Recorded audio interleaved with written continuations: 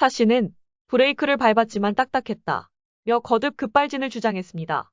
추모 현장에 놓인 희생자 조롱 글에 대해선 경찰이 작성자를 추적하고 있습니다.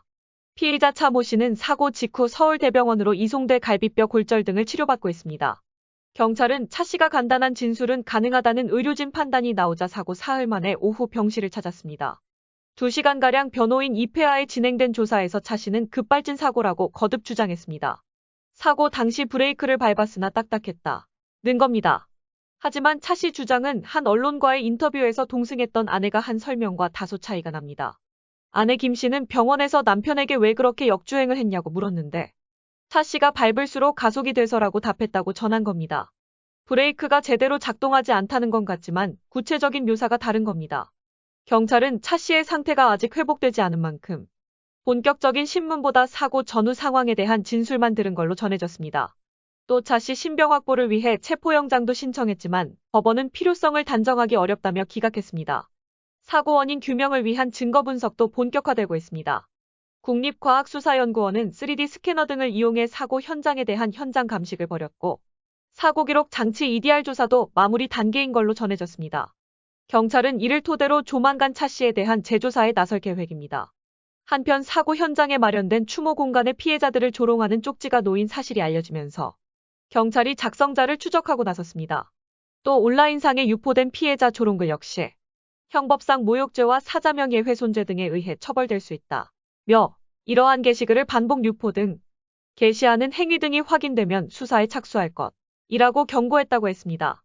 경찰이 시청역 역주행 사고 차량의 블랙박스를 입수해 분석하고 있는 가운데 가해 운전자 차 모 씨가 대화 중 부주의로 사고를 냈을 가능성도 조사하고 있는 것으로 알려졌습니다.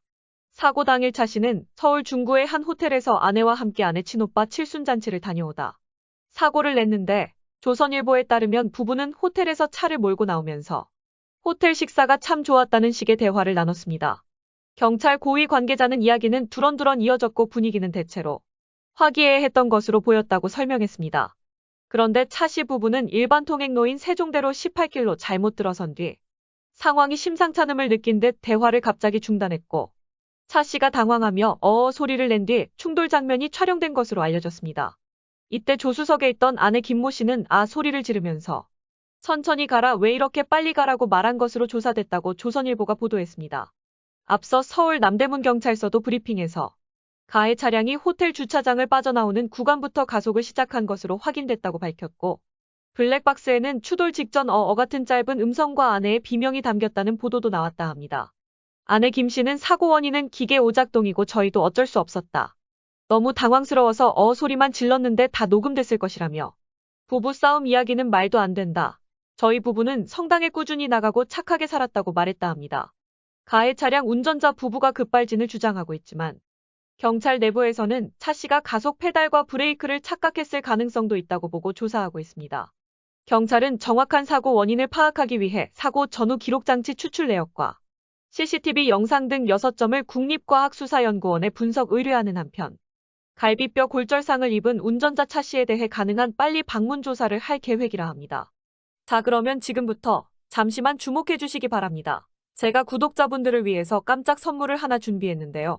제가 항상 여러분들께 뭐라고 말씀을 드렸나요? 뉴스만 평소에 잘 챙겨보셔도 돈이 된다, 돈을 벌 수 있다라고 말씀을 드렸는데요. 자, 여러분들 여기 보이시는 이스라엘과 하마스 전쟁 같은 뉴스를 보게 되면 여러분들은 어떤 생각이 드시나요? 그냥 뉴스만 보고 끝내는지 아니면 이 뉴스를 어떻게 이용할 수 있는지 이 부분을 고민하고 계시는지 되물어보고 싶습니다. 자, 그 이유가 뭐냐면 제가 지난 11월 초에 여러분들께 뭐라고 말씀을 드렸죠. 지금은 반도체 산업에 관심을 가져야 한다. 뉴스만 보고 그냥 넘기지 마시고 투자 쪽으로 생각을 한번 해보셔야 한다라고 말씀을 드렸습니다. 그리고 나서 이런 썸네일들 뉴스를 통해서 많이 보셨을 텐데요. 이런 반도체 산업이 이슈가 됐을 때 부자들은 어떻게 생각한다고 했나요? 반도체 관련주는 뭐가 있는지, 어떤 종목이 가장 좋은지, 어디에 투자해야 돈이 몰리는지 자연스럽게 생각한다고 제가 말씀을 드렸죠. 그 이유가 뭐냐면 부자들이 봤을 때는 이슈가 곧 돈으로 이어지고 그 이슈가 나에게 돈을 벌어준다는 경험적 확신이 있기 때문에 부자들은 항상 이런 사회적 이슈를 관심 있게 챙겨본다. 이렇게 제가 말씀을 드렸는데요. 제가 지난번에 시청자분들과 함께하는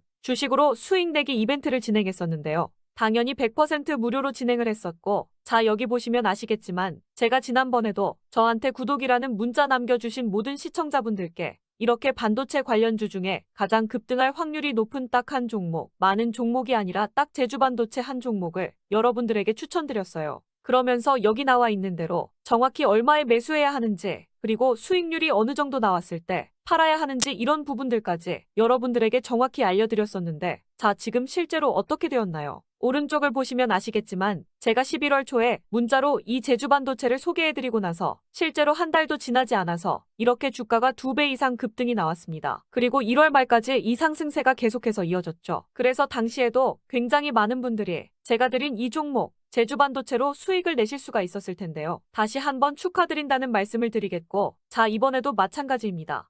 최근에 이슈되고 있는 것이 AI, 즉 인공지능 산업이기 때문에 우리가 이렇게 생각해 봐야겠죠.